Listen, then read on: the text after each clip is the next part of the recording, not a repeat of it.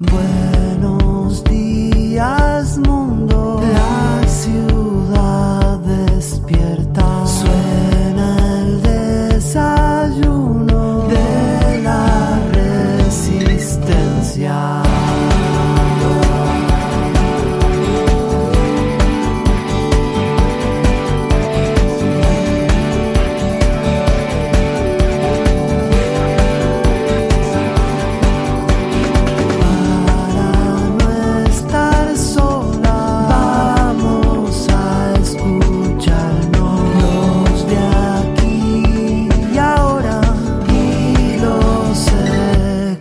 Triado.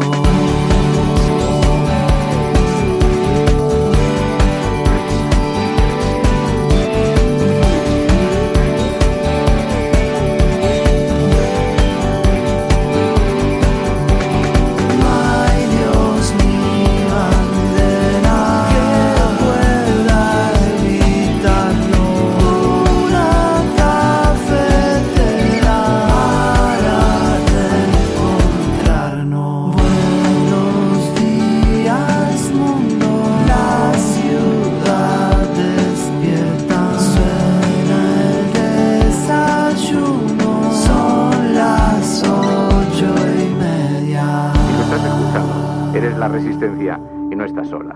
La Cafetera es un programa de radio que se financia gracias a las aportaciones de los oyentes. Si te gusta el periodismo que defiende y sientes que te acompaña, hazte mecenas y ayúdanos. Infórmate en radioCable.com/mecenas. Buenos días, Resistencia.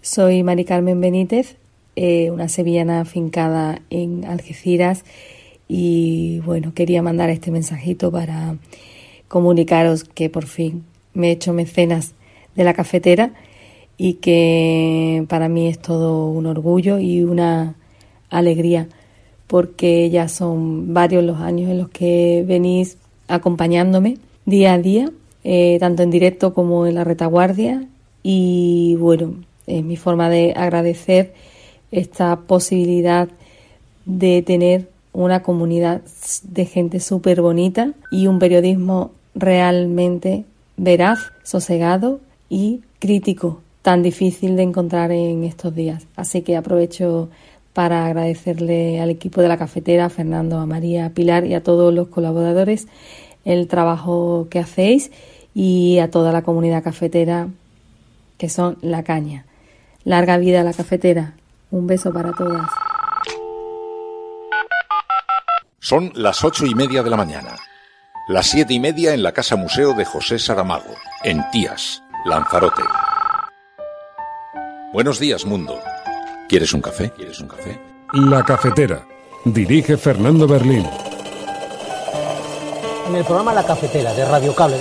En una entrevista en Radio Cable. Durante 20 minutos en Radio Cable, y dice todo lo que van a escuchar. Mañana en La Cafetera de Radio Cable. Radio Cable, que ha conseguido una auténtica primicia. Ha entrevistado esta mañana y ha conseguido situar esa entrevista y lo que le ha dicho en los titulares. Con María Navarro y Pilar de la Peña.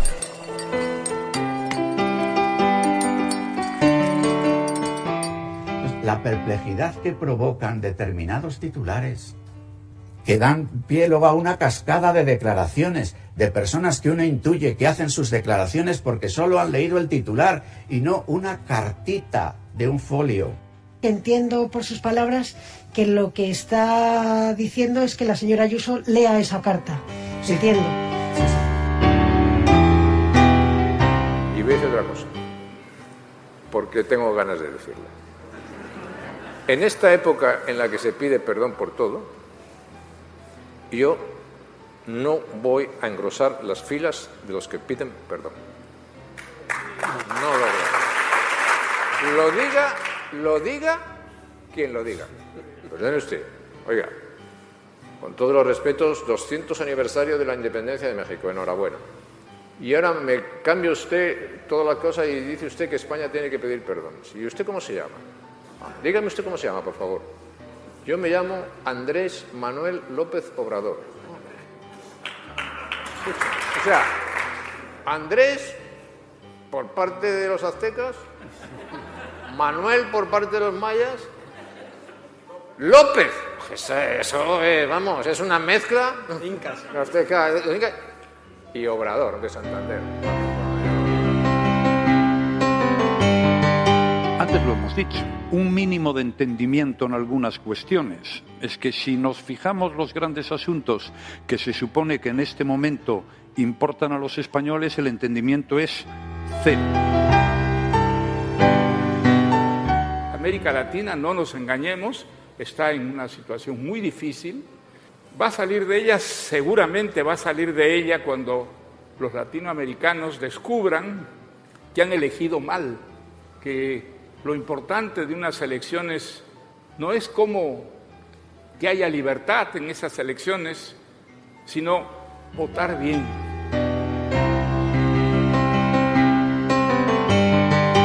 Es 1 de octubre. Hará 90 años que en un parlamento de una república en este país se aprobó que los hombres y las mujeres mayores de 23 años tenían derecho al voto en unas elecciones.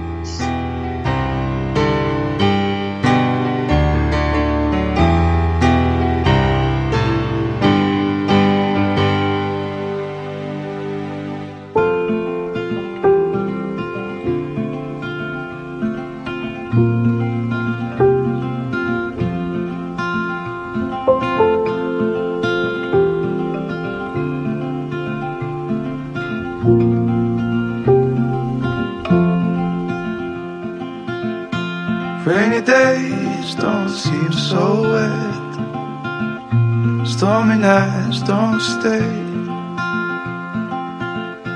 From the moment that we met, you were worth the wait. Oh, this could be the best thing that I'll ever know.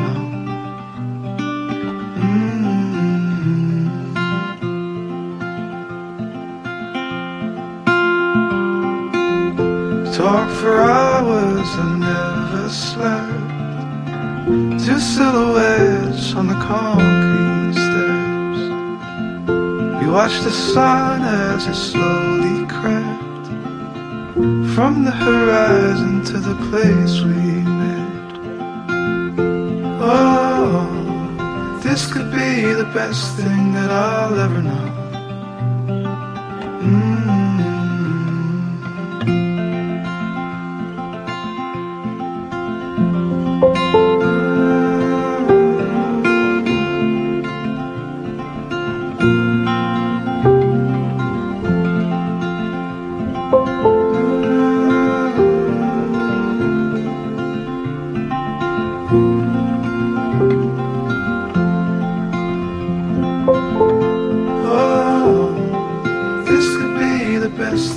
Muy buenos días, bienvenidos, bienvenidas una mañana más aquí a la cafetera.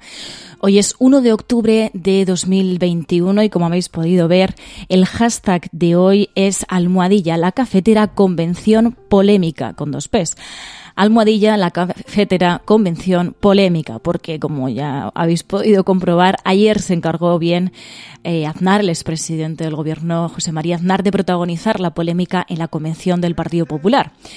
Ayer Aznar siguió la estela marcada por Ayuso desde Estados Unidos, contra el perdón del Papa e incluso contra el presidente mexicano Andrés Manuel López Obrador, con ese tono tan burlón que habéis escuchado, como también soberbio, lo que revela precisamente por qué es necesario que pidamos perdón, precisamente por la superioridad y el paternalismo con la que en España algunos siguen mirando a Latinoamérica.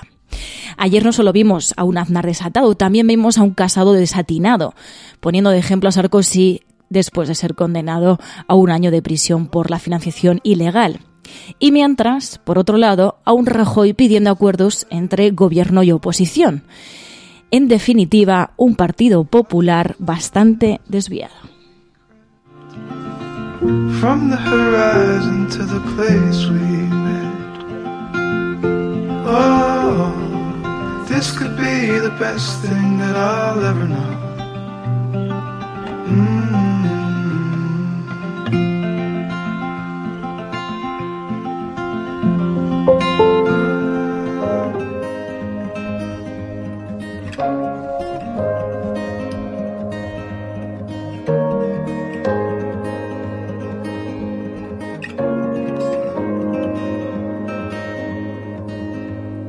One less ticket before it's gone. Vamos a animar un poquito esto para empezar a saludar a aquellas personas que os habéis levantado pronto. Muy buenos días, Esperanza Cardero, Odem, Ángel Mora, Yulitia, Demócrito, Mamen, Edi Muscus, Fernando Corral, Ángel, Tania de la Fuente, Gils, Angélica Llamera, muy buenos días, Antonio González, Pedro Quintana, que nos recuerda a Pedro Quintana algo que ya nos recordaba ayer Emilio Silva. Hoy 90 años de que en la Segunda República se permitiera votar a las mujeres. 90 años de ese sufragio universal del que nos hablaba Emilio Silva y que escucharemos más adelante, precisamente también un poco ligado a las polémicas declaraciones también en esa convención polémica de Vargas Llosa, hablando de votar bien y votar mal. Bueno, pues de votar bien y votar mal y en definitiva de votar vamos a hablar también, porque choca bastante, ¿no? Que a estas alturas hablemos de votar bien y votar mal, sobre todo en días como hoy, de aniversario, como decía Pedro Quintana, de que hoy se cumplen 90 años desde que la Segunda República se permitiera votar a las mujeres, de que hubiese ese sufragio universal, una conquista que fue en la República y que, como recordaba Emilio Silva, no vino precisamente solamente de la transición, sino que ya antes de la dictadura, pues contamos con ese gran avance que, por desgracia, pues fue uno de los grandes retrocesos que vivimos en este país. Muy buenos días a todos y a todas. Os recuerdo, el hashtag de hoy es #La Cafetera, convención polémica con 2 P's. Y además, como sabéis, cada viernes, además de hablar de la actualidad, que viene bastante cargada hoy, también hablamos con sosiego y con calma con el análisis de prensa internacional de Pilar de la Peña. También tenemos esa sección de series, de Plata o Plomo, El Mundo en Series, con Ana Pastor. Y en esta ocasión hablaremos de la película Maisabel, con su directora, con Iciar Bollaín.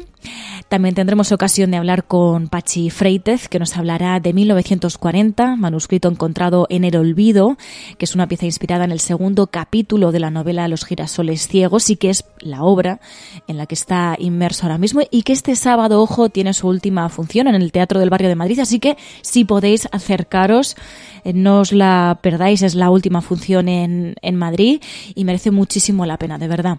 Y terminaremos con videojuegos, con Carlos García, con Kaidon, que preguntaba por aquí por el chat, María ha desaparecido. Sí, es que bueno, he tenido que poner un poquito más de música porque he tenido ahí que no encontraba ciertas cosas, pero bueno, cosas del directo, intentando aterrizarnos y nada, que arrancamos bien el viernes para terminarlo como merece. Y tenemos muchísimas cosas de las que hablar, así que vamos adelante.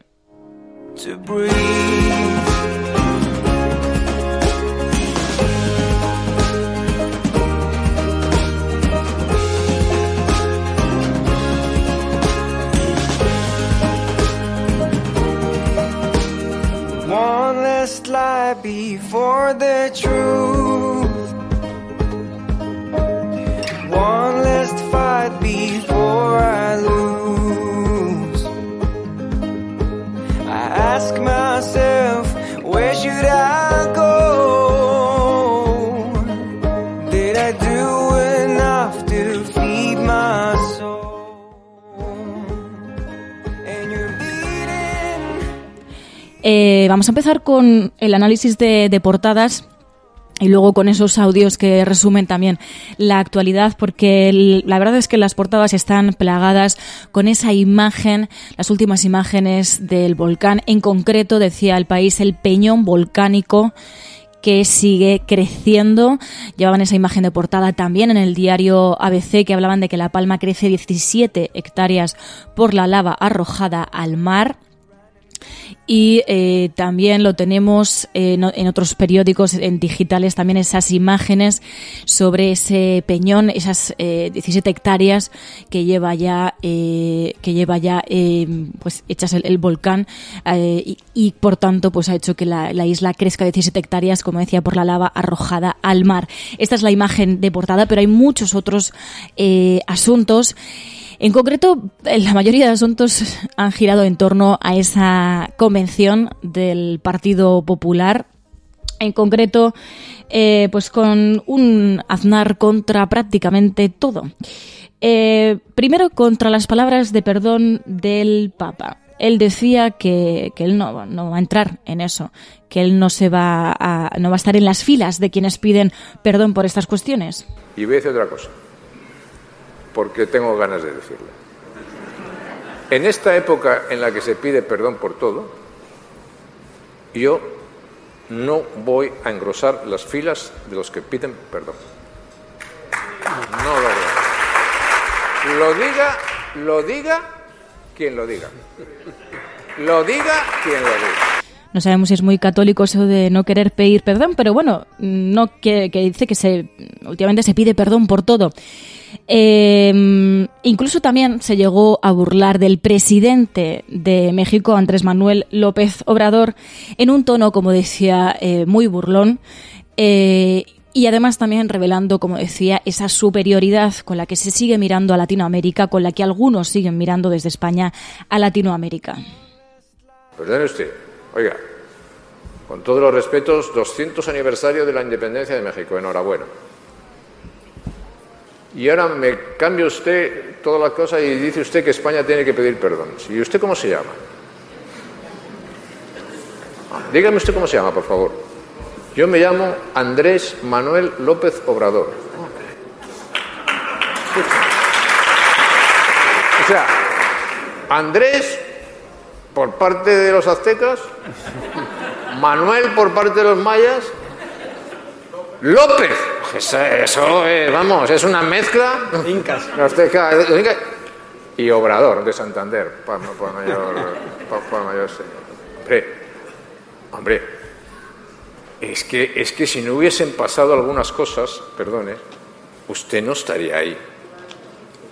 Ni se podría llamar como se llama, ni podría haber sido bautizado.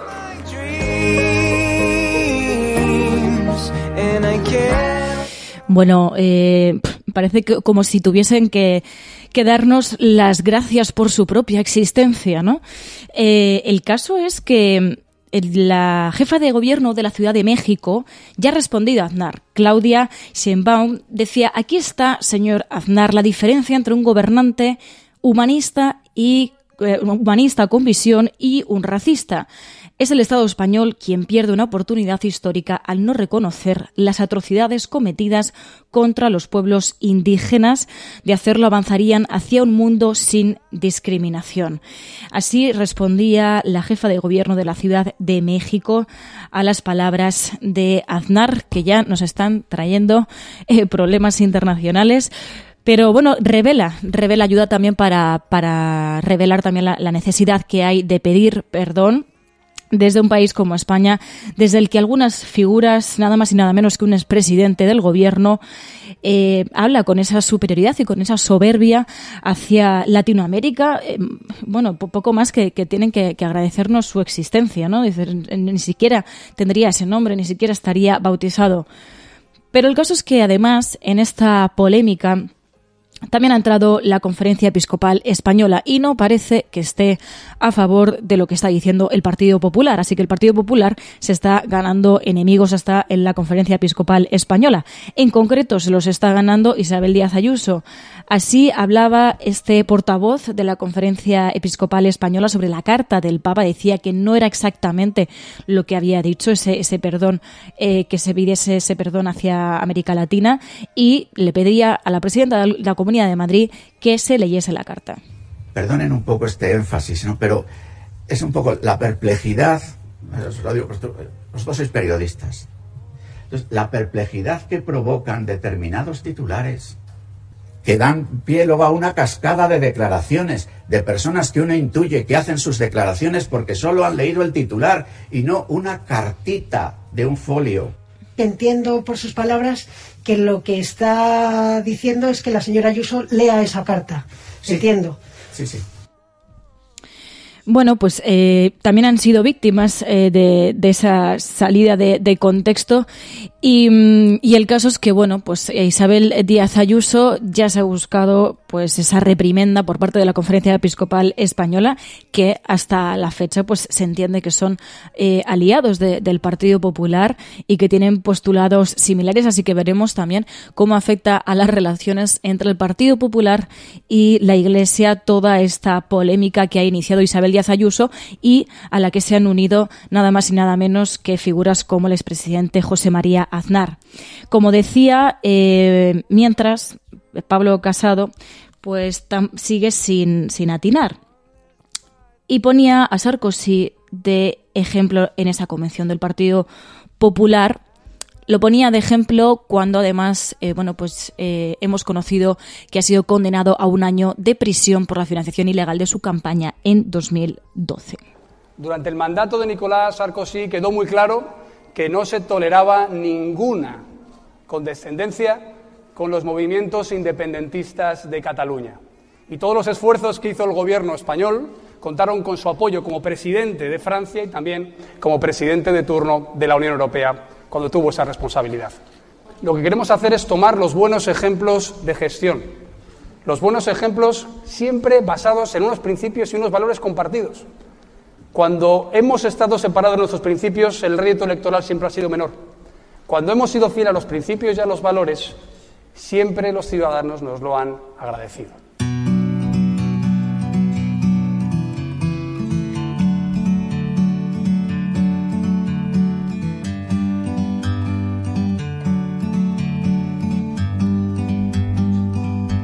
Like a bird on a tree, I'm just sitting here. No muy atinado Pablo Casado poniendo de ejemplo a Sarkozy en un momento como este, no, sobre todo poniéndolo de ejemplo como buena gestión, pero mientras, como decía, el Partido Popular no parece estar atinando en general, porque por una parte nos encontramos con un Pablo Casado desatinado, que no atina en sus declaraciones, ¿no? Como esta, poniendo de ejemplo de buena gestión a Sarkozy en un momento como este, y mientras el Partido Popular vemos otra parte del Partido Popular dejándose arrastrar por Isabel Díaz Ayuso, lo que le enfrenta incluso a la Conferencia Episcopal Española. Así que no parece que estos dos caminos les estén llevando por buen puerto. Veremos a ver cuál es el futuro del Partido Popular. Se supone que eso es lo que se debate en la convención del Partido Popular, donde también estuvo Mariano Rajoy, pero en esta ocasión las declaraciones que vamos a escuchar no fueron en la convención del Partido Popular, sino que fueron en un foro con también el expresidente Felipe González. Rajoy y Felipe González hablaron de la necesidad de acuerdos entre gobierno y oposición. ¿Qué he hecho yo de menos? Primero, antes lo hemos dicho, un mínimo de entendimiento en algunas cuestiones. Es que si nos fijamos los grandes asuntos que se supone que en este momento importan a los españoles, el entendimiento es cero. En la lucha contra la pandemia no ha habido ningún tipo de entendimiento, salvo muy al principio con la aprobación de los estados de alarma, y luego todo fue debate y discusión. En el tema de Cataluña es evidente que no hay ninguna suerte de entendimiento. Luego tenemos la renovación de los órganos constitucionales, donde tampoco hay entendimiento. Pero tampoco lo hay en un asunto que yo creo que tiene su importancia, que es el debate sobre los fondos europeos. Ningún espacio en que gobierno y oposición no tengan cuotas de poder suficientemente grandes como para corresponsabilizarse. Hay muchas cuotas de poder repartidas, por tanto, es muy necesario que haya acuerdos. We can sit together. Es necesario que haya acuerdos, precisamente en esta línea también habló Iñaki Gabilondo cuando le entrevistamos aquí en La Cafetera, y habló de la necesidad de que haya grandes acuerdos para las cuestiones importantes del país, porque si no, de lo contrario, como sigamos con esta crispación y con esta polarización, no va a avanzar el país, ¿no? Y al final, sobre todo en un momento tan delicado como el que estamos viviendo después de esta pandemia, se hace más necesario el diálogo y dejar a un lado la confrontación. Sobre esa forma de oposición que está llevando hasta el día de hoy el Partido Popular como el principal partido de la oposición, hablamos ayer también de cuál es la forma que está tomando el Partido Popular como oposición. No parece tampoco ser acertada, porque no se está llegando a acuerdos y el no por el no está funcionando, evidentemente, y tiene que haber un cambio de rumbo. Veremos a ver cuál es ese cambio de rumbo, si es hacia el diálogo, hacia el acercamiento con el gobierno para grandes acuerdos, o bien nos encontramos más con la deriva de Isabel Díaz Ayuso, que lo que hace es incrementar esa polarización. Luego también es verdad que hubo ya cierta polémica. Como decía anteriormente, en la Convención del Partido Popular también estuvo Vargas Llosa, y ahí dijo que los latinoamericanos saldrán de la crisis cuando descubran que han elegido mal. Y hablaba de votar bien y de votar mal. América Latina, no nos engañemos, está en una situación muy difícil. Va a salir de ella, seguramente va a salir de ella cuando los latinoamericanos descubran que han elegido mal, que lo importante de unas elecciones no es como que haya libertad en esas elecciones, sino votar bien. Y votar bien es algo muy importante, porque los países que votan mal, como ha ocurrido con algunos países latinoamericanos, lo pagan caro. Y entonces no hay que engañarse, digamos, las elecciones libres son muy importantes, pero también es muy importante que quienes votan, voten bien. Votar bien, votar mal. ¿Quién lo determina? ¿Quién determina que se ha votado bien? ¿Quién determina que se ha votado mal? Más allá de votar bien o votar mal, que no existe esa diferencia, ¿no?, entre votar bien y votar mal, porque ¿quién lo va a determinar? Sobre todo porque estamos hablando de un derecho que ha costado mucho conseguir y no se puede precisamente diferenciar entre votar bien o votar mal, sino que hay que recordar en días como hoy, como decíais, lo importante que es, sí, tener elecciones libres y sobre todo conseguir que haya elecciones en un país y por tanto haya democracia. Como recordaba Emilio Silva, que ayer nos decía, oye, mañana 1 de octubre se cumplen 90 años desde la aprobación del sufragio universal en España. Es 1 de octubre. Ahora 90 años que en un parlamento de una república en este país se aprobó que los hombres y las mujeres mayores de 23 años tenían derecho al voto en unas elecciones. No será fiesta del Estado, no desfilará nadie para celebrarlo, no lo sabrán en los colegios, no estará bien señalado en los libros de texto, porque aquí alguien que quiso construir olvido quiso crearnos la idea de que esa oportunidad para que votaran los hombres y mujeres llegó de la mano del emérito. Y esa es una gran mentira. Entonces el olvido normalmente es una suplantación de la verdad. Nada más y nada menos que eso.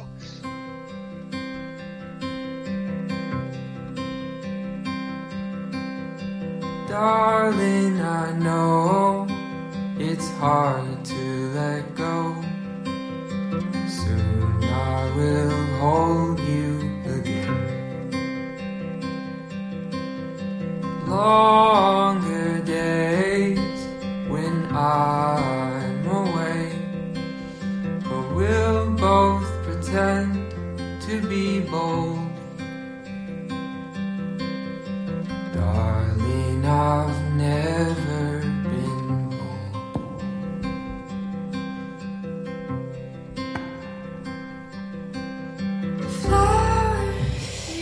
Y en las portadas también está el asunto de Cataluña en el diario El País. Dicen: el juez Llarena pide a Italia que le entregue ya a Puigdemont. El instructor del procés reclama medidas precisas contra el expresidente para garantizar la ejecución de la orden de detención en el futuro. Y sobre esto escuchamos también a Pablo Iglesias en una de sus intervenciones en RACU y desvelaba el primer mensaje que recibió después de la detención de Puigdemont y de su teoría sobre el arresto. El audio es un poco largo, pero merece la pena escucharlo hasta el final. Cuando se produce la detención, el primer mensaje que recibí, espero que no le moleste que lo cuente, porque él va a contar, o ha contado ya muchas cosas, es un mensaje de Iván Redondo, que me dice: tú has visto lo que está pasando, esto puede poner muy cuesta arriba la legislatura. Entonces pregunté a algunos juristas que me dijeron: probablemente le van a tener que poner en libertad. Y después estuve leyendo mucho, sobre todo de abogados y juristas, y creo que se puede llegar a la siguiente conclusión a partir de las evidencias que hay.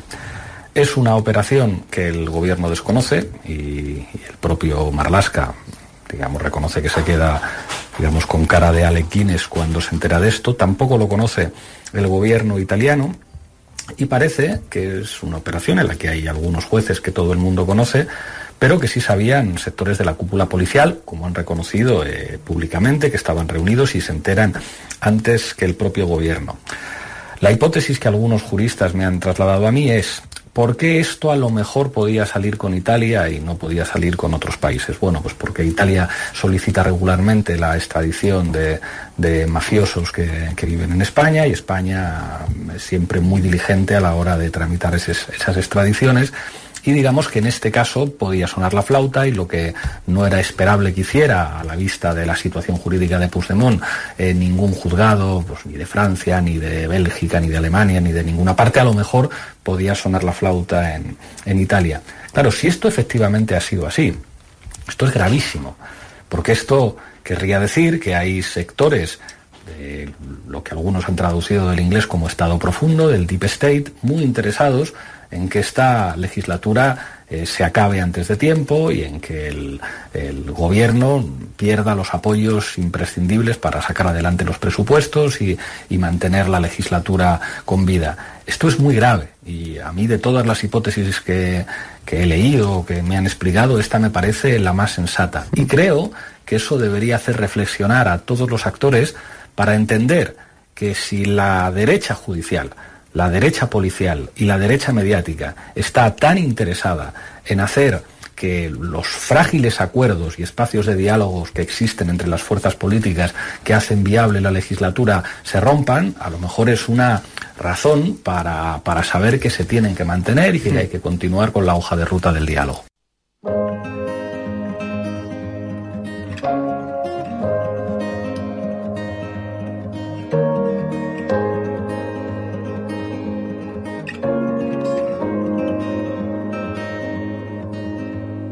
One less ticket before it's gone.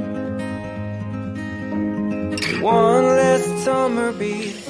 Así escuchábamos a Pablo Iglesias en RACU hace unos días y desvelaba ese contacto que recibió por parte de Iván Redondo y esa teoría, después de consultar, decía, con varios juristas, esa teoría sobre la detención de Puigdemont, porque es verdad que había muchas incógnitas, ¿no? Se planteaba que por qué había sido detenido en Italia y no, por ejemplo, en Francia, donde había estado también en una convención unos días antes, ¿no?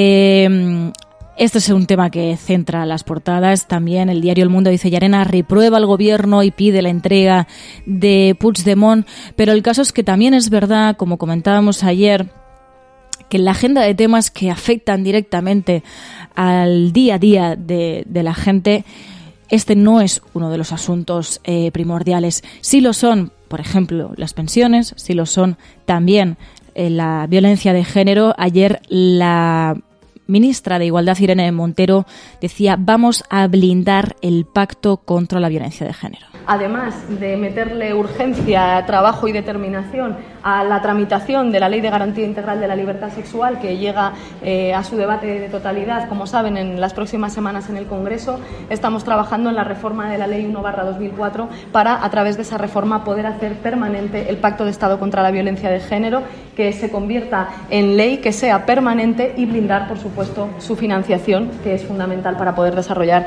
las políticas que ese pacto implica. Pues sí, PP y Vox estaba leyendo una información que estabais enviando, de la que vamos a hablar ahora.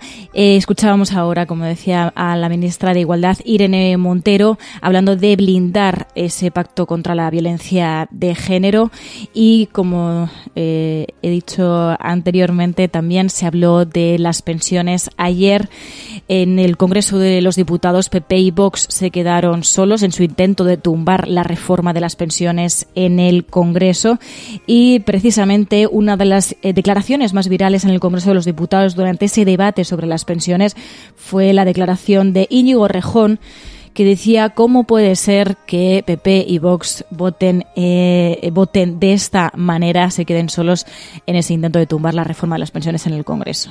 El Partido Popular defendiendo que las pensiones no suban lo mismo que van a subir los precios, es decir, a efectos reales el empobrecimiento de los pensionistas. ¿Cómo se explica que las señorías del Partido Popular o de Vox puedan votar en contra de que las pensiones suban al menos lo mismo que suben los precios? Pues por falta de empatía y porque a ustedes no les afecta, porque tienen su futuro confiado a los fondos de pensiones privados. Solo así se explica. Si su futuro dependiera de las pensiones públicas, ustedes nunca votarían en contra de que las pensiones públicas subieran al menos lo mismo que suben los precios. Pero no les afecta y carecen de empatía. Y en el fondo esto siempre es lo mismo. Es gente que no tiene su futuro confiado a las pensiones públicas votando a favor del recorte de las pensiones públicas. Gente que no conoce la sanidad o la educación pública, no las valora y no las necesita, votando a favor de los recortes en la sanidad y en la educación pública. Gente que cobra 10 veces más que el salario mínimo, votando en contra de la subida del salario mínimo interprofesional. Exactamente algo así como la política del embudo. Recetarle a los españoles justo lo contrario de lo que ustedes querrían para ustedes mismos y sus familias. Así escuchábamos a Íñigo Errejón en el Congreso de los Diputados sobre el asunto de las pensiones. Otra de las cuestiones que fueron virales ayer fue trending topic Yolanda Díaz por esa entrevista que dio en la serie, en la que le preguntaron sobre el proyecto político de izquierdas del que se habla que podría llegar a encabezar. Y ella fue bastante clara. Dijo que no creía en los proyectos de caras, en los proyectos individualizados, sino en un proyecto común en el que haya un objetivo común y digamos que daba la espalda, ¿no?, a esos proyectos políticos que hemos visto en los últimos años que lo destinaban todo a una cara, y ella decía que de hecho pues si va a ser una lucha de egos, que ella no está dispuesta. Yo creo que hay que reconstruir un contrato social con una parte extensa de la sociedad española que quiere un proyecto nuevo, y ahí no es de un proyecto de Yolanda Díaz ni de nombres, no va de nombres. Creo que la protagonista tiene que ser la sociedad. Me parece que nos están esperando. Yo no creo que se trate de una suma de partidos ni una suma de egos. Yo no creo en las individualidades, Ángeles. Esto no es un proyecto, y empiezo por mí misma, de Yolanda Díaz. Esto no es un proyecto de Yolanda Díaz, que además es a lo que se está apuntando, ¿no? Parece que necesitamos esas caras, ¿no?, que representen a todo un proyecto político, y ella decía, esto no puede ser el proyecto de Yolanda Díaz, sino el proyecto que defienda los intereses de la sociedad. Así que así se ha posicionado Yolanda Díaz. Ayer fue trending topic, fue muy comentada esta declaración. Pero como decía, cada viernes, además de la actualidad, de analizar los asuntos más destacados de la actualidad española, también contamos con Pilar de la Peña, con ese resumen de asuntos más destacados por la prensa internacional.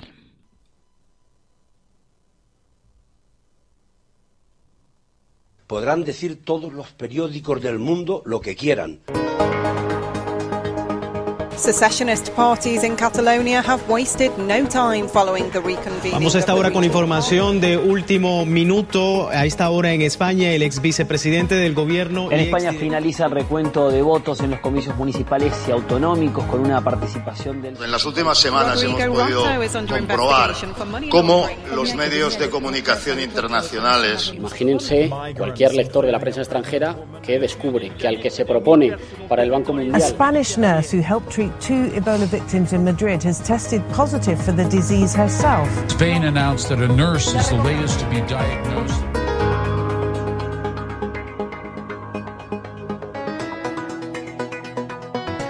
Bueno, pues ya sabéis que los viernes abrimos una página, un capítulo aquí en La Cafetera para hablar de la prensa internacional, de la manera en la que proyectan la imagen de nuestro país, la imagen de España y por lo tanto a través de sus titulares.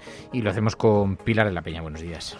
Hola, buenos días. Oye, en esta semana, claro, a ver, es difícil de decir porque no monitorizamos toda la prensa mundial, pero intentamos hacerlo, especialmente aquellos que tienen referencias en Internet, pero da la impresión de que esta gira de Ayuso por Estados Unidos, mucha repercusión informativa en el exterior no ha tenido, salvo en The Guardian, que sí que ha sacado algo, ¿no?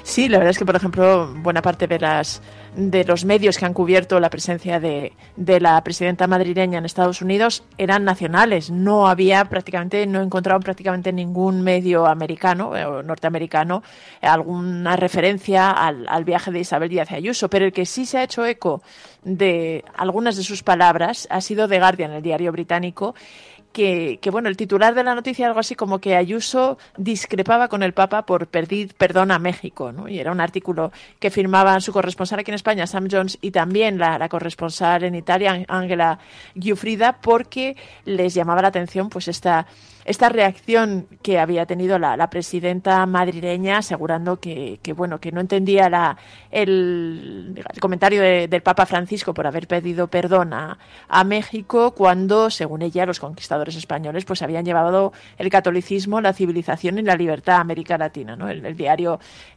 lo destacaba. Luego definían a Ayuso como una líder del Partido Popular que incluso se está un poco vendiendo, se está promoviendo un poco como la futura líder del partido, pero decía textualmente que tiene un historial de declaraciones provocadoras, ¿no? Y en este contexto enmarcaba estos comentarios con respecto al Papa. También se hacía eco un poco de otras de las declaraciones que había pronunciado Isabel Díaz Ayuso en Estados Unidos, por ejemplo, en referencia al indigenismo y las críticas también a algunos líderes como precisamente el presidente mexicano Andrés Manuel López Obrador, que según ella pues estaban promoviendo un indigenismo que era el nuevo comunismo.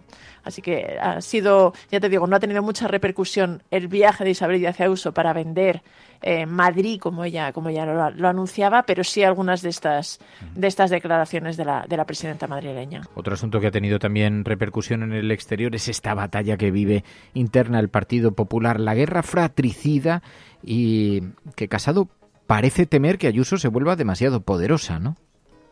Esto es al menos lo que decía el Financial Times, nada menos que el Financial Times en un artículo de hace unos días en el que no se refería en concreto al Congreso que acaba de tener el Partido Popular, pero dejaba caer que a pesar de que, digamos, los últimos meses, de hecho empezaba así el artículo, ¿no? A pesar que los últimos meses habían sido bastante buenos para el Partido Popular y digamos que había recuperado cierto apoyo, las encuestas le daban una subida, decía que las últimas semanas no habían sido tan buenos y señalaba en particular a Isabel Díaz Ayuso y a esta especie de tintes de guerra fratricida que había empezado en el Partido Popular, pues por esta declaración de la propia Díaz Ayuso de que aspiraba a tener el liderazgo del partido a nivel regional, ¿no? Lo que ponía de relieve el Financial Times es que Pablo Casado se había cuidado muy mucho de apoyar las pretensiones de Ayuso, había asegurado que no iba a favorecer ningún candidato y había rechazado incluso adelantar el Congreso del PP madrileño como pedía Ayuso, ¿no? Y esto lo interpretaba el diario británico, como un indicio de que Casado podría parecer que estaba temeroso de que Díaz Ayuso se volviera demasiado poderosa.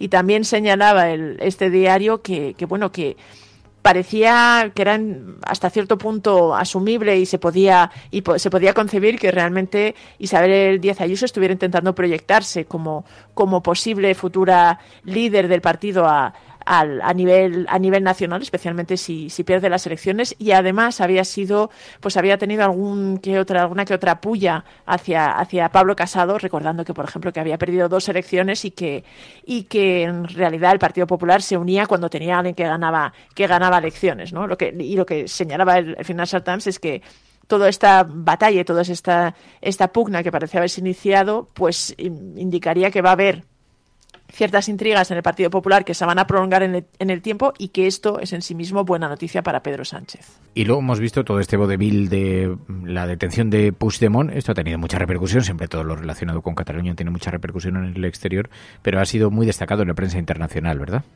Sí, la verdad es que la noticia de la detención en Italia de Puigdemont, la verdad es que tuvo un enorme impacto. Pilló por sorpresa a casi todo el mundo. De hecho, uno de los titulares que más reveladores me parece, y que mejor sintetizaba un poco la sensación, era uno de la radio y televisión francesa pública de France Culture, una de esas emisoras, que decía algo así como: Italia sorprende a España deteniendo a Puigdemont. Muchísimos medios primero lo recogieron por el hecho de que el expresidente catalán es verdad que es una figura y es una persona que ha tenido muchísima presencia en los medios de todo el planeta en estos últimos 4 años. Entonces ha salido, pues ya te digo, en medios de todo el planeta. La prensa italiana, lógicamente, también lo destacaba, ¿no? Y se hacían eco un poco de todo este vodevil que había ido sucediendo, porque es verdad, la detención generó un enorme impacto, provocó además bastante tensión. Por ejemplo, lo recordaba La República, el diario italiano, en el propio Ministerio de Justicia italiano, sobre qué hacer ante este caso.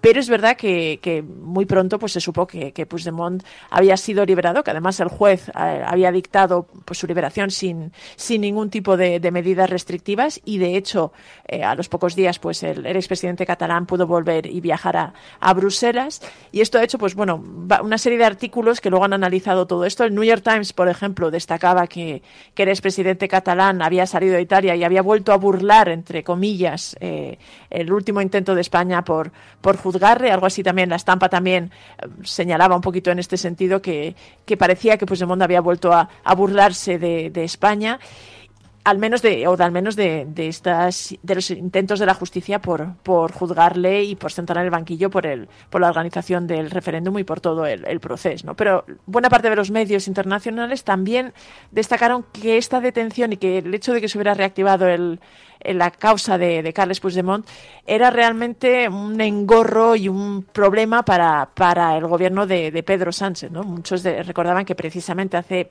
muy poquitos días se habían reanudado las negociaciones entre el gobierno español y el gobierno catalán para intentar buscar alguna salida a la crisis, y señalaban que en este sentido la detención de Puigdemont había pillado un poco a contrapié al gobierno de Pedro Sánchez, y había evidenciado que seguía teniendo el poder de realmente de volver a dinamizar el movimiento independentista y de reactivar toda esta causa y digamos toda esta crisis. Luego también Le Monde ha puesto el foco en lo que ha llamado el buen plan de medios de Pablo Iglesias, en referencia a las colaboraciones en diarios y radios, ¿no?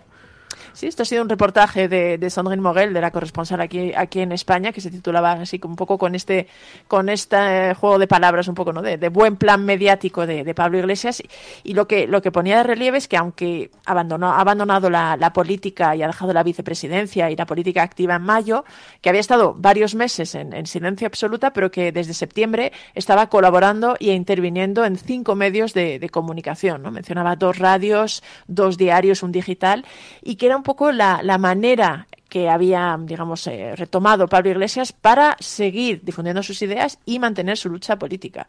Y destacaba que, de hecho, el fundador de Podemos estaba convencido que iba a ser más útil a través de este nuevo canal, y que, de hecho, tenía más posibilidad de transformar la sociedad, que es un poco lo que él estaba buscando, ¿no? Él insistía en que desde los medios de comunicación se conforman un poquito los contextos y los marcos que hacen que las sociedades cambien, y tenía una frase que de hecho destacaba Le Monde que decía algo así como que los españoles ya no militan en partidos sino en los medios, y en este sentido pues ponía de relieve cómo Pablo Iglesias va a seguir activo y digamos va a seguir presente en el debate político, pero a través de otros canales.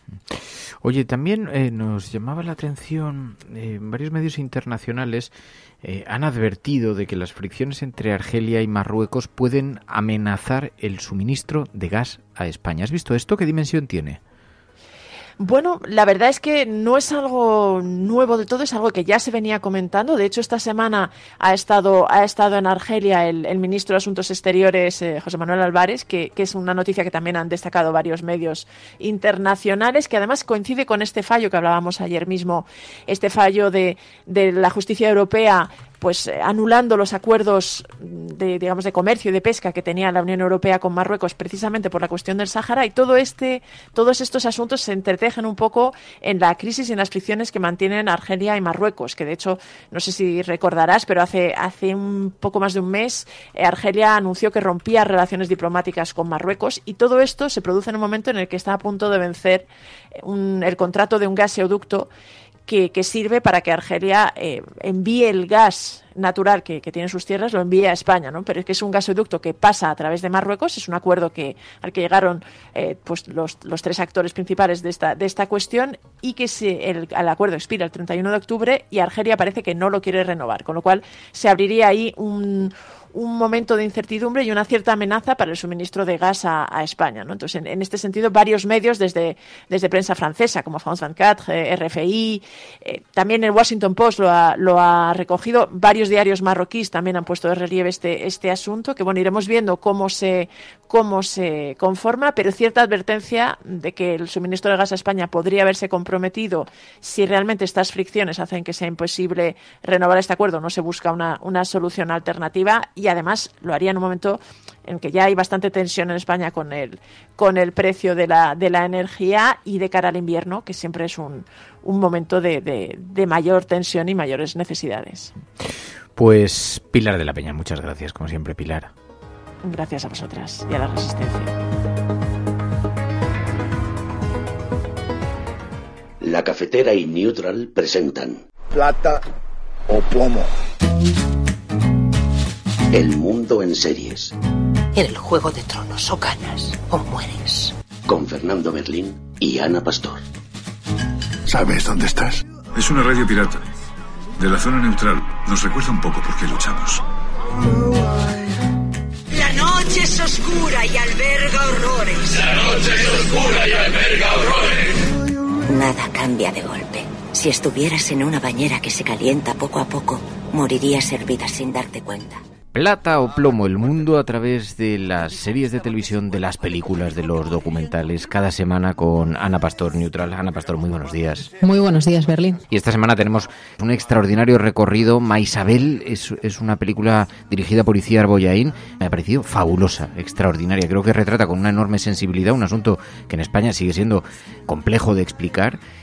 Sí, esta es una apuesta, yo creo, segura, que todo el mundo que nos escuche seguro apreciará nuestro entusiasmo por ella. Déjame que te cuente, antes de que saludemos a alguien, que yo tuve la suerte de conocer a Maisabel en 2014. Maisabel es la protagonista de una película de ficción basada en hechos reales. Es la viuda de Juan Mari Jáuregui, que fue asesinado por ETA, por un comando en el que estaba Ibón, al que también conocí junto a ella en una conversación, como digo, hace muchos años, de las primeras veces que él salía de la cárcel, y donde se gestó un poco esa relación, desde mi punto de vista muy generosa por parte de Maisabel, bueno, hacia Ibón, ¿no? Hacia este terrorista que participó de alguna manera en el atentado de su marido. Si los encuentros salen adelante, creo que iré.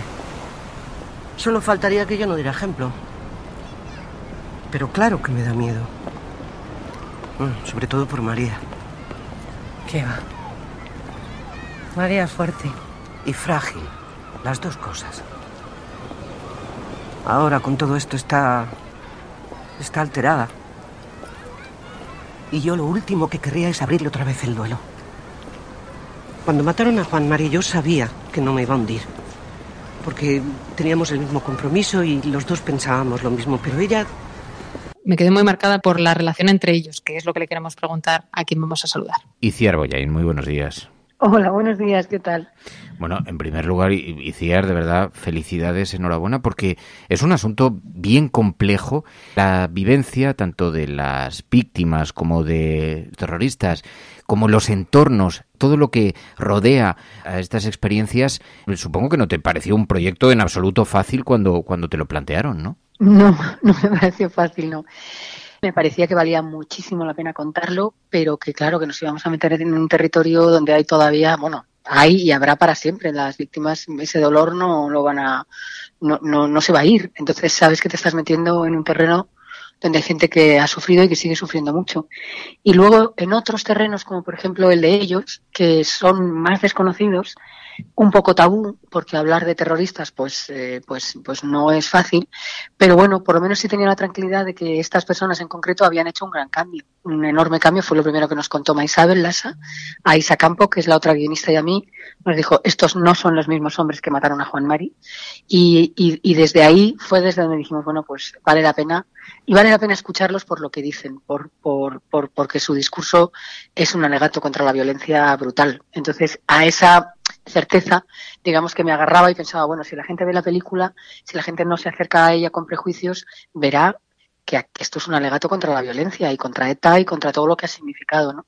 Pero sabes que te estás metiendo, pues eso, en un territorio donde a lo mejor había gente que no se acercaba a la película a priori, ¿no? Por esto, ¿no? Porque estábamos, viendo como la cara humana de estos dos exterroristas. Y hay un ejercicio que la película te provoca, que está muy bien, porque Boyain siempre hace cine que te revuelvas un poco ahí en el sillón, y es que te pones en la piel de Maisabel, que es dificilísimo en la vida real y en la película, y si ella no es capaz de hacer ciertos juicios morales, ella, que perdió a su marido asesinado, es muy difícil que los demás lo hagamos, ¿no? Pero es verdad que esa sensación, imagino que te la habrá trasladado mucha gente, ¿no? La de la incomodidad que provoca incluso la generosidad de Maisabel. Sí, o sea, yo creo que ese es un poco el poder también del cine, porque sobre esto, como dices, Ana, se habían hecho documentales, ha habido prensa también alrededor de esto, pero de repente el cine te permite estar allí con ellos, y yo creo que la película te permite ir sobrecogido junto a Maisabel a esos encuentros. O sea, si ella va sobrecogida, tú vas a su lado como diciendo, ay,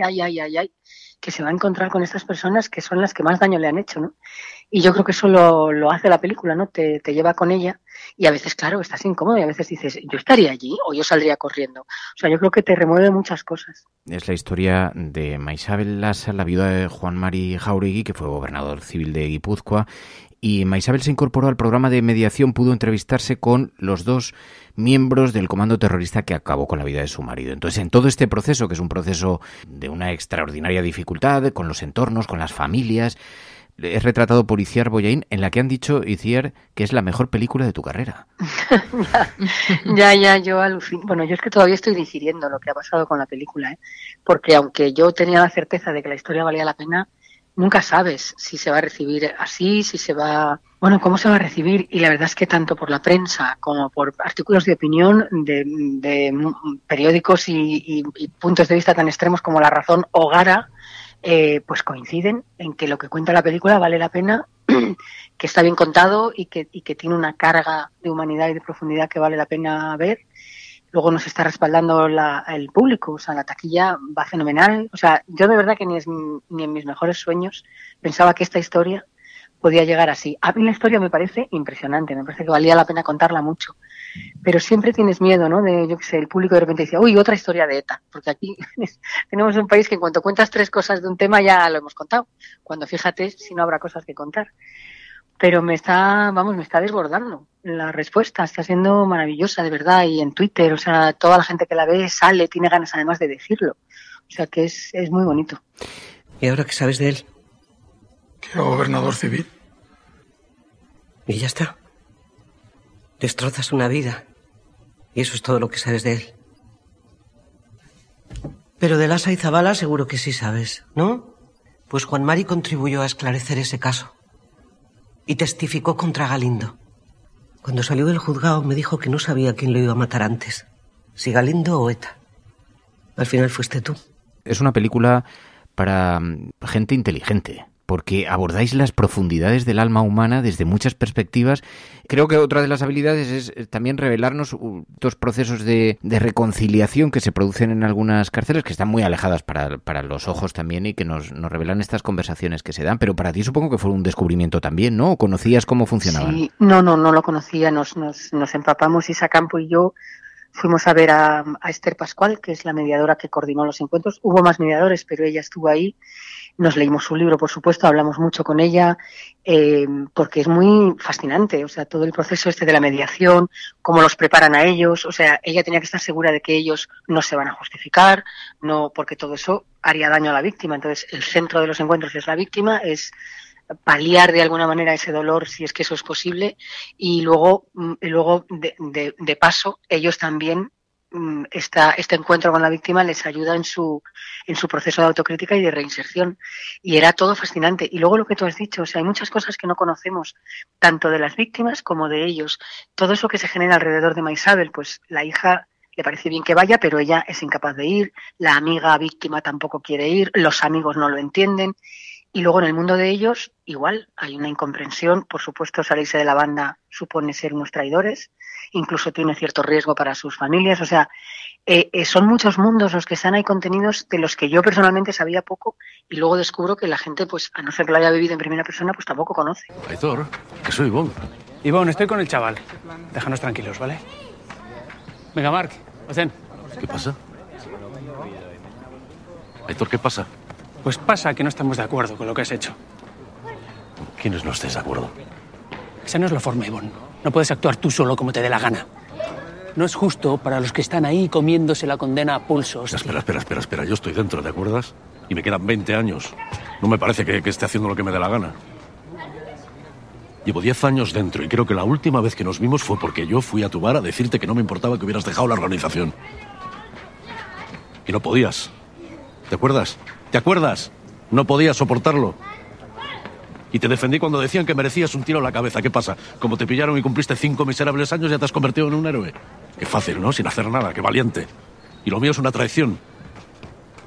Yo maté a 4 personas por esa puta organización en la que tú estuviste un mes. Así que a mí no me hables de traición. Cago en Dios.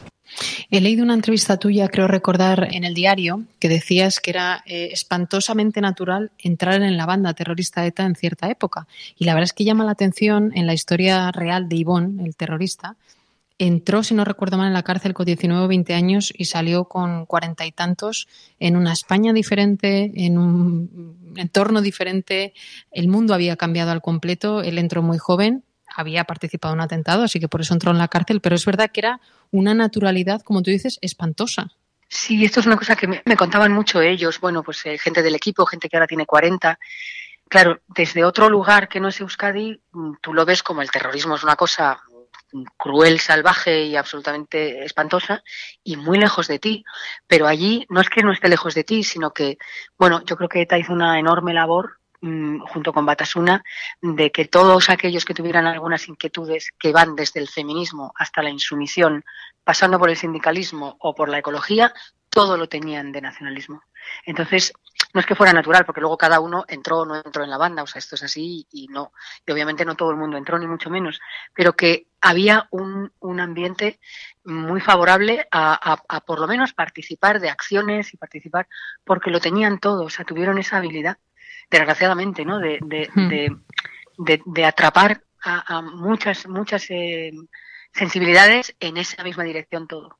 Eso mismo queda retratado en algunos momentos de la película cuando la mediadora le dice, bueno, pero pudiste elegir en algún momento, sí, ¿no? Y él revela, dice, bueno, podías elegir relativamente porque te iba conduciendo la sociedad, eres un chaval, te va empujando a ese espacio, ¿no? Pero ellos tienen que hacer un ejercicio que tú has retratado muy bien, otros decidieron ir por otro camino. Claro, ¿no? O sea, claro, tampoco puedes decir, no, es que todo, bueno, pero ahí hubo mucha gente que no entró en absoluto en ETA, ni tampoco en ningún tipo de organización, de gestoras, de nada, y o sea que era una decisión personal, eso es así. Eso sí, tenía un aura y el que era un héroe para muchas personas, y eso ayuda a que entres, pero eso no es lo que o sea, al final siempre es una decisión personal, claro. Oye, es imposible hablar de la película sin hablar de la interpretación de los actores. Sí. Es absolutamente maravillosa, es excepcional. Sí. Es impresionante. De Luis y de Blanca, de Luis Tosar y Blanca Portillo, que te lo puedes esperar, pero es que luego están con ellos 2 actores muy desconocidos, vamos, María Cerezuela, que hace de la hija, que no ha hecho nunca nada en cine, y Urkola Zabal, que también tiene pocos trabajos, que es que están a la altura de los otros 2 y los 4. son impresionantes lo que comunican, lo que conmueven. Y luego es que yo pienso, yo ya sabía que era muy difícil, porque es dar verdad a experiencias súper extremas. Tanto lo que vive Maisabel y su hija de ser víctimas de ETA, como ellos de hacer todo ese viaje de autocrítica, de cambiar de identidad, de decir, dejo de ser un héroe y soy lo que soy. Y me enfrento a lo que he hecho y lo asumo, ¿no? Son experiencias muy extremas y los actores lo comunican. Es muy impresionante. Claro, te has centrado en el drama humano, pero hay un riesgo, que es que alguien te tachase de equidistante. Bueno, es que a mí lo que me dice, claro, yo sé que eso en el aire está porque esa es una acusación que todavía se usa para determinadas cosas, pero es que lo que dicen ellos es demoledor. Es que no hay ninguna equidistancia, o sea, son gente que ha salido de ETA y que lo que dice de ETA, bueno, la llaman secta, dicen que la vida era horrible y luego que están arrepentidos profundamente de lo que han hecho y reconocen que ese no era el camino. Y como esto es la mitad de la película, porque estás escuchándoles constantemente, es que no hay equidistancia ninguna. Yo creo que la película lo que deja claro es lo devastador de la violencia, es que no hay duda. No te queda ninguna duda porque además ves que es devastadora para las víctimas, por supuesto, pero también para ellos, que han dinamitado parte de su vida y que además lo que les queda van a cargar con lo que han hecho. No hay ninguna equidistancia. Lo único es que estás viendo un encuentro humano. Por eso también sospecho que ha llegado a diferentes sensibilidades, porque al final ellos no se sentaron allá a debatir de política, ni siquiera en representación de nada. Se representan a sí mismos y es un encuentro de personas que se miran y que se dicen lo que se tienen que decir el uno al otro y se escuchan. Y es que eso no, ¿sabes? Eso no tiene grietas. Eso, una persona que da una segunda oportunidad es valiosa. Y una persona que es capaz de arrepentirse de lo que ha hecho, por monstruoso que sea, pues también es valioso. Y yo creo que de eso habla la película. Ana. De equidistancia, efectivamente, nada. Yo tengo una escena, hay muchas, pero yo tengo una escena cuando Maisabel, ya viuda, recibe la llamada de su hija, ya adulta, llorando, desconsolada, y ella no sabe qué ocurre, y es que Maisabel también apareció en los papeles de ETA como futura víctima o potencial víctima, y te muestra el desgarro de las víctimas que no solo pierden al padre o al marido, sino que se sienten amenazadas de por vida hasta que ETA desapareció, incluso ahora con los Ongi Etorri, que tienen que aguantar los homenajes, ¿no? Y yo creo que eso sí que está bien retratado. Sí, y hay otra cosa que a mí me impresionó mucho cuando nos lo contaron, que la retratamos nada más empezar la película, que es, empieza con el atentado y luego ves cómo reciben la noticia una y otra. Y te das cuenta de que ya lo saben, o sea, que no necesitan que se lo verbalice nadie, porque llevan viviendo con ese miedo toda la vida. Y de repente la niña ve a la tía venir y le lee en la cara lo que ha pasado, no necesita ni que se lo diga. Y Maisabel es una llamada de teléfono que se repite, una llamada que llama consecutivamente 2 veces y en su expresión ves que ocurrió. O sea, el horror ocurrió. Eso te cuenta, o sea, por eso digo, equidistancia, estás viendo cómo viven unas personas que han vivido amenazadas y que de repente se cumple lo peor. Es un alegato contra la violencia desde diferentes posiciones y lo devastadora que es para las personas, les localice en el lugar en el que les localice, ¿no? En este tablero de la vida. Y Itziar Bollaín, de verdad, felicidades, enhorabuena. Maravillosa la manera en la que has retratado las miradas. Las miradas me parecen espectaculares. Cuando están en la panadería, se entrecruzan las miradas. Ese Luis Tosar en el vacío, tratando de salir de su propia espiral, y todo esto se reduce a un plano de una mirada. Fijaos en estos aspectos, pues una película maravillosa. Maisabel ya está en los cines, como dice Ana Pastor. Itziar Bollaín, gracias, de verdad. Enhorabuena. Muchísimas gracias a vosotros. Plata o plomo. El mundo en series. En el Juego de Tronos, o ganas o mueres. Con Fernando Berlín y Ana Pastor. ¿Sabes dónde estás? Es una radio pirata. De la zona neutral. Nos recuerda un poco por qué luchamos. La noche es oscura y alberga horrores. Peggy 18.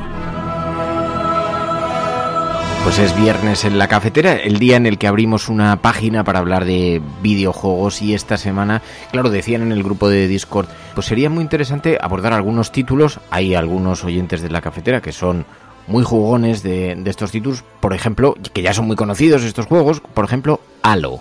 Y entonces Carlos García, Kaidon, se ofrecía y decía, yo soy súper fan de este videojuego. Carlos García, Kaidon, muy buenos días. ¿Qué tal? Muy buenas. Oye, muchísimas gracias por hacernos de guía en esta aventura espacial, porque es una aventura espacial, Halo, ¿verdad? Eso es. La verdad que estamos aquí porque en esta sección de la cafetera como que queríamos demostrar que los videojuegos son algo más que pegar tiros, y en este caso Halo es una demostración de que es una obra de arte realmente, que lo menos importante es disparar. ¿Por qué crees que es tan especial? Bueno, vamos a ver, yo, fíjate, siempre he definido Halo como una obra de arte en la que lo menos importante es pegar tiros, dicho así de manera coloquial, porque lo más importante está siempre alrededor de eso. Siempre está la arquitectura, el diseño, la historia y la música. Todos estos aspectos son totalmente sustanciales e importantes, y Halo, evidentemente, es un videojuego en el cual te diviertes pues matando unos alienígenas, pero todos estos elementos que mencionaba, la historia, por ejemplo, en la cual hay diferentes personajes, diferentes relatos, diferentes facciones. La historia siempre tiene un papel sustancial en cada juego y es indisociable de lo que es una entrega de Halo.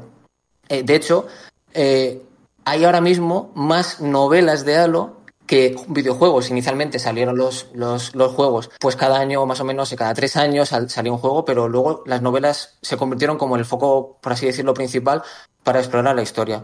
Luego, los otros aspectos, por ejemplo, la arquitectura, en cuanto te pones a jugar, te das cuenta de que aquí pasa algo, porque estoy disparando a enemigos, pero los entornos, las construcciones, todas las arquitecturas que hay alrededor son impresionantes, son muy características, y de hecho hay una anécdota muy curiosa de el desarrollo del primer juego, y es que Marcus Leto, uno de los fundadores de Halo, mencionaba que el juego salió con 3 escuelas de arquitectura ya de entrada, y había equipos de ingenieros y de arquitectos que se pusieron de entrada en ello.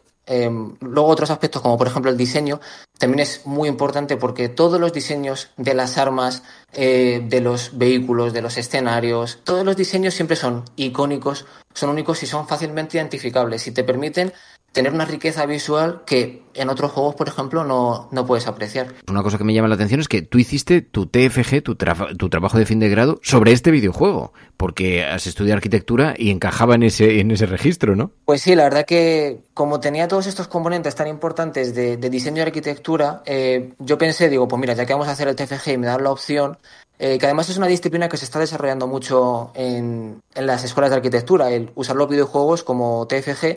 Y me propuse, como no había, por así decirlo, un documento más o menos de investigación sobre Halo, me propuse desarrollar de manera más o menos sintética 3 cuestiones. La primera, cómo funcionaba el espacio en Halo. Luego, qué tipos de espacios había, porque al final tú estás jugando pues tanto en el multijugador con la campaña, en lugares, en arquitecturas, en espacios, y eso se estudia, se diseña de una manera.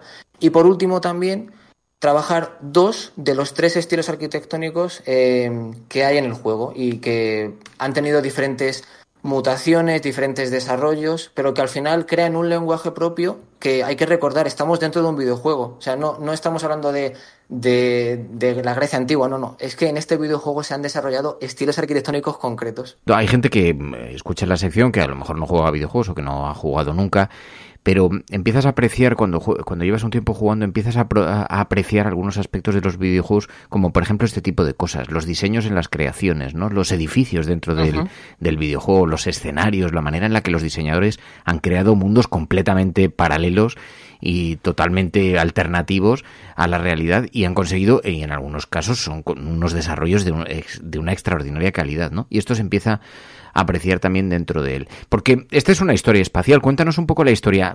Vamos a sumergirnos en ese universo, en el universo de Halo. Bueno, pues sintetizando un poco, a pesar de que hay muchos juegos, la historia se podría resumir en que la humanidad en un momento determinado, en un futuro más o menos próximo, debido a la superpoblación de la Tierra, necesita expandirse por la Vía Láctea y coloniza diversos mundos, y hay un momento determinado en el que se encuentran con un conjunto de especies alienígenas agrupadas en lo que se llama pacto. Bueno, pues este pacto profesa una religión que considera a la humanidad una amenaza, entonces no pararán hasta acabar con ellos.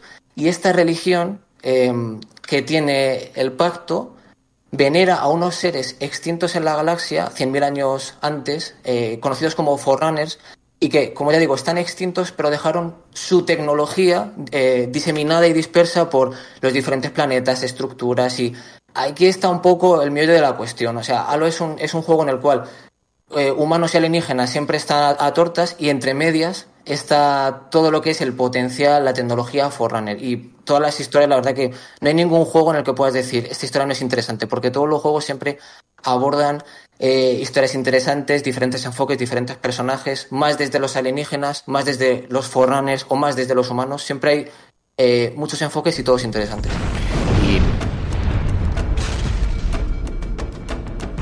Alerta a toda la tripulación, grupos de abordaje en cubiertas de babor 4, 7 y 12, equipo Baker adelante. Claro, me hacéis de guía en estos videojuegos. Sabes que yo no he jugado a Halo porque además siempre me ha parado la idea de que era demasiado extenso, que me iba a requerir mucho tiempo, que me iba a obligar a mucha dedicación. ¿Se puede abordar de otra manera? Bueno, la verdad que lo bueno que tiene Halo, como una saga y como un universo que es que siempre puedes hacer diferentes aproximaciones. La aproximación clásica es a través de los videojuegos, en todos los videojuegos de Halo, bien sea en los shooters, porque Halo tiene, por así decirlo, dos partes. Tiene los shooters en primera persona y luego también tiene los juegos de estrategia. Y en todos ellos tienes la parte de la campaña en la cual avanzas en la historia, pero si eso no te interesa, porque hay gente que no le interesa la campaña, tienes también la parte del multijugador, en el cual te puedes enfrentar a otras personas, ya sea en un juego de estrategia o en los diferentes Halos en primera persona que hay. Pero si esto tampoco te interesa, lo bueno que tiene Halo es que puedes aproximarte también a través de los libros. De hecho, yo con algún amigo he hecho la prueba y les ha parecido también interesante como esa manera de entrar en un universo que en principio son videojuegos. Es un poco lo típico de que te imaginas a alguien pegando tiros en el salón de su casa, pero es que puedes estar leyendo una novela de Halo y que también te sumerjas en ese universo. Y si no, pues también tienes la música. Puedes escuchar la música de manera independiente también. Claro, porque destacabas algunos aspectos, decías, bueno, los diseños, el diseño gráfico es brutal, son diseños muy icónicos, la arquitectura, la historia es muy interesante, pero la música merece un apartado especial. Pues sí, la verdad que gracias a los diferentes compositores y en particular a los dos primeros que fueron Martin O'Donnell y Mike Salvatori, Halo se convirtió en algo que sin la música no hubiera sido lo mismo. Esto creo que cualquier fan de Halo lo puede atestiguar, y es que la música no sé, no sabría definirlo con palabras, porque siempre que estás en una batalla y escuchas una música dices, esta música se hizo con amor, se hizo con ahínco, se hizo con una intención de que esto no es solo un videojuego, no es solo disparar, esto es disfrutar. Y esa música pasa por diferentes etapas, porque en los primeros juegos comienza con una parte más orquestal, con cantos gregorianos, luego pasa por ejemplo, una etapa de rock en la segunda entrega, lo mezcla también con percusiones, y en los posteriores juegos pues tiene diferentes aproximaciones, como puede ser más hacia la música electrónica, hacia el jazz, en una secuela que se hizo pequeñita pero muy interesante. Pero de alguna manera lo interesante es que cuando escuchas una canción de Halo siempre sabes que es de Halo, y Halo sin esa música no funciona de la misma manera. Es brutal cómo consiguen convertir algo que a priori pues es un entretenimiento minoritario, se podría decir, como es un videojuego, en algo transversal, gracias a una banda sonora que puedes escuchar durante horas y horas y decir, es que esto no parece un videojuego, es otra cosa. Los números son bastante alucinantes, ¿no? Los números del universo Halo. Pues sí, como te decía, Halo ha pasado de ser una saga de videojuegos a convertirse en un universo con, como decíamos antes, diferentes maneras de aproximarse. Hasta ahora ha habido 13 juegos, de los cuales 8 son en primera persona, hay 2 de estrategia, que también tienen una base importante de jugadores, la verdad que son interesantes también, 2 para móvil y un juego de salas recreativas, que esto respondía, en mi opinión, a una intención por parte de la desarrolladora de buscar el enfoque social. Pero como mencionábamos antes, también tiene muchísimos libros, tiene 33 libros en total, que la verdad que es impresionante cómo han conseguido expandir el universo a través de la novela y cómo profundizar en diferentes aspectos, más en, por ejemplo, en los alienígenas, en diferentes alienígenas o en diferentes personajes en concreto, o en los Forerunners, en esa raza superior, ¿no?, que se extinguió, qué pasó con ellos. Por otra parte, el aspecto visual, como saben que a los fans les interesa mucho, se ha reforzado a través de diferentes herramientas, como por ejemplo los cómics, de los cuales ha habido, según mis cálculos, hasta ahora 12, porque ha habido bastantes entregas. También ha habido libros de arte, en los cuales simplemente son como recopilaciones de artes conceptuales, de, pues eso, diseños, arquitecturas, las armas, y también metacontenido, como son las enciclopedias. Al final, el universo es tan grande que necesitan hacer contenido que al final no deja de ser para otra persona que para los jugadores, para que puedan conocer toda la dimensión del universo a través de pues una sola herramienta, ¿no? Como son estas enciclopedias. Y, por ejemplo, a mí me gusta siempre destacar un libro que sacaron en 2017, si no me falla la memoria, que es Warfleet, y es un libro en el cual se hacen axonometrías seccionadas de los cruceros, de los navíos, de los diferentes bandos, por así decirlo. Y estas axonometrías tienen, como has podido ver en las imágenes, tienen un detalle y un cariño que a mí sinceramente me hace que este libro le tenga mucho aprecio. No veo bien desde aquí, pero parece que hay más supervivientes. Bueno, estoy viendo las imágenes de ese universo, de los videojuegos, los diseños, y realmente es que son muy espectaculares. Es un universo de creación que hay que ser un auténtico genio del diseño, imaginarse un futuro, conseguir trasladar eso a un ordenador. Es una auténtica pasada, una obra de arte para los propios diseñadores. Oye, y si tuviera que empezar por algún videojuego, ¿cuál me recomendarías? Más allá de que sea mi favorito, he de confesar, pero yo creo que el primer juego, el que salió en 2001, Halo, el combate ha evolucionado, es el título.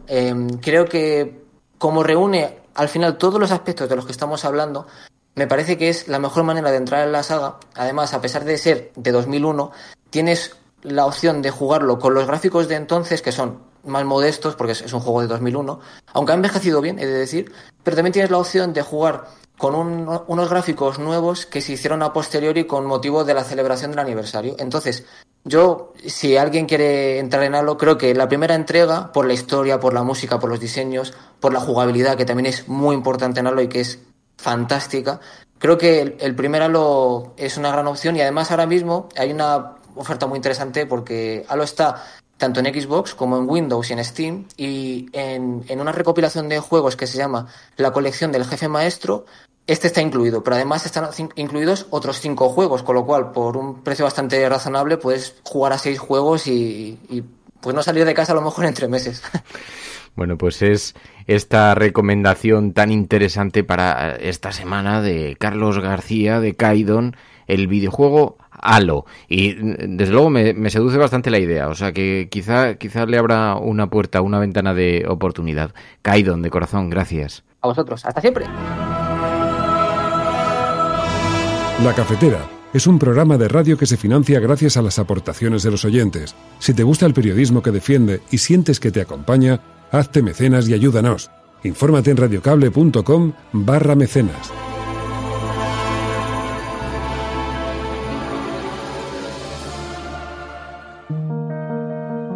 Es algo que todos sabemos de algún modo, pero que puede que nadie te haya explicado nunca.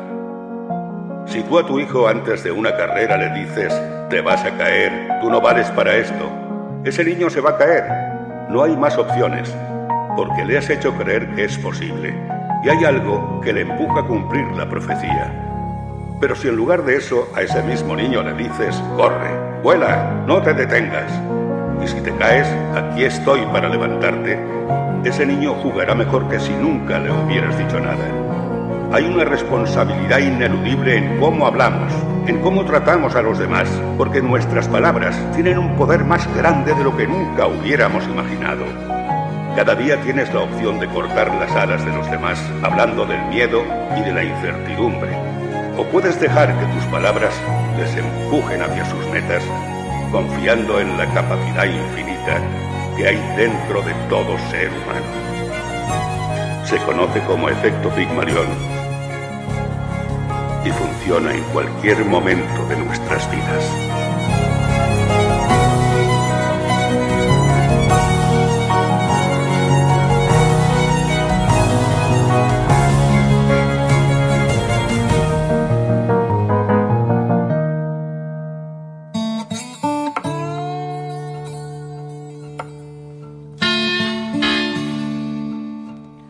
Bueno, y también esta semana habíamos dicho, ya sabéis que hemos comentado a lo largo de la semana, nos llegaban algunos oyentes a la cafetera que habían estado viendo a Patxi Freites. Está en el Teatro del Barrio interpretando una obra extraordinaria, 1940, manuscrito encontrado en el olvido, que es uno de los relatos del libro Los girasoles ciegos, en el que, bueno, es interpretado por Patxi Freites en el teatro. Patxi Freites, muy buenos días. Hola, muy buenos días, ¿qué tal? Tío Patxi, qué pasada que cada vez que viene alguien de ver la obra, viene como nos quedamos nosotros cuando fuimos a verla, viene absolutamente entregado, enhorabuena, felicidades. Jo, este sábado con la última de las representaciones, ¿no? El sábado que viene. Sí, este sábado ya hacemos la última, pero bueno, ya parece que van empezando a moverse las cosas. Vamos a ir a Portugal a hacerla un par de días a Évora. Y ya parece que la cosa se va moviendo un poquito más. La verdad es que estamos muy contentos. José, ¿lo está escuchando algún programador de teatro, algún propietario de teatros, Hollywood o lo que sea, que no pierda la oportunidad de verdad de observar este proyecto, porque yo no he visto una cosa en la que la gente salga tan emocionada? Es muy impactante. Es uno de los relatos, además, fíjate, que más, a mí por lo menos, que más me calaron de este libro de Alberto Méndez.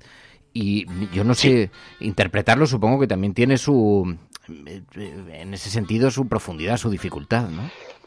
Sí, sin duda. Hombre, de los 4 relatos, yo creo que es el que más profundamente te llega.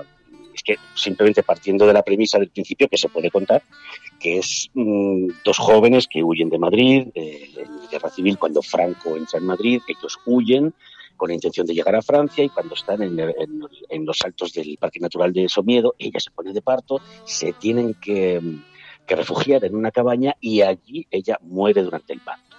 Entonces, lo que sucede desde ahí en adelante, cómo ese chaval jovencito tiene que hacerse cargo de su bebé, y todo lo que sucede a partir de entonces es algo que llega a lo más profundo del corazón de cualquier persona. Y luego encima, como es una obra con una carga poética tan absolutamente apabullante, pues como dicen muchos espectadores, es hermosa y bella y devastadora en partes iguales.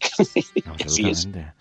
Yo no sé si quedarán muchas entradas para mañana, para la sesión de mañana, pero bueno, sospecho que puede que si alguien de pronto coge y hace rápido la gestión, a lo mejor todavía tiene la oportunidad de verla. Sí, no tengo ni idea. Habéis estado casi llenos, ¿no? En las últimas. Sí. No, la ha funcionado de maravilla. Te digo que no podemos estar más contentos, la verdad.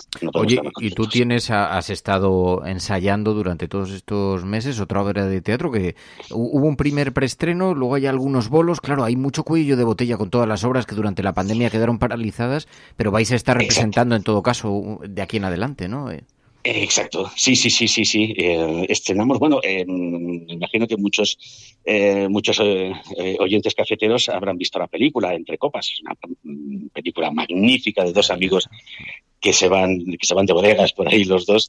Y bueno, pues hemos hecho la versión teatral con Cuartero, la preestrenamos cerca de Donosti, hace 3 semanitas, no llegará un mes, y el estreno oficial lo hacemos el día 14 de octubre en Palencia, luego nos vamos a Salamanca, y luego hay unos cuantos bolitos más, pero no hay muchos, porque como tú muy bien dices, hay una tremenda avalancha de funciones que estaban programadas anteriormente, pero que con la pandemia no se pudieron representar, y ahora pues hasta que no, digamos, que todo ese remanente no pase de largo, pues nosotros, claro, hasta lo gordo, la gira gorda no la tenemos hasta el año que viene, pero bueno, bienvenido sea, que gracias a Dios esto empieza a arrancar, y porque los de la cultura, la verdad, lo hemos pasado francamente mal, pero bueno, ya se ve el final. Pues Patxi, queríamos simplemente despedir por lo alto estos meses de representación en el Teatro del Barrio, hacerte una llamada. Sabes que siempre nos encanta tu trabajo, nos encanta lo que haces, nos encanta cómo eres como ser humano. Así que, en nombre de la audiencia cafetera, mucha suerte mañana y seguimos en contacto. Patxi, un abrazo muy fuerte. Otro muy grande para ti también y para toda la audiencia cafetera.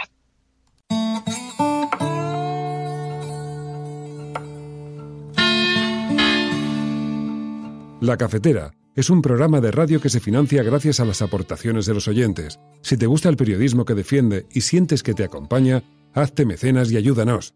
Infórmate en radiocable.com/mecenas.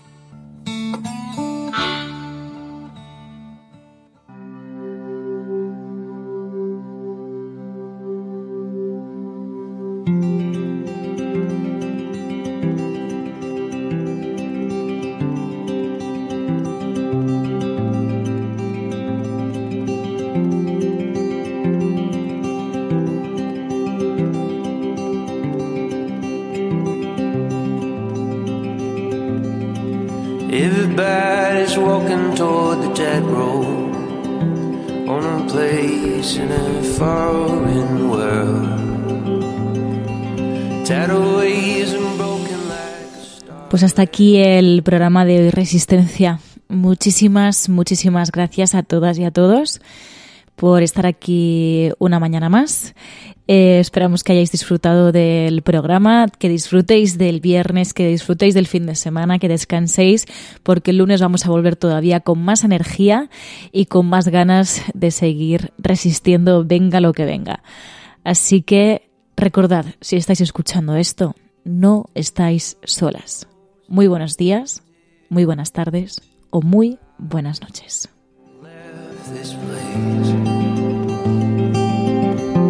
Everything I want to give you has been broken on. La Cafetera es un programa de radio que se financia gracias a las aportaciones de los oyentes. Si te gusta el periodismo que defiende y sientes que te acompaña, hazte mecenas y ayúdanos. Infórmate en radiocable.com/mecenas. I was made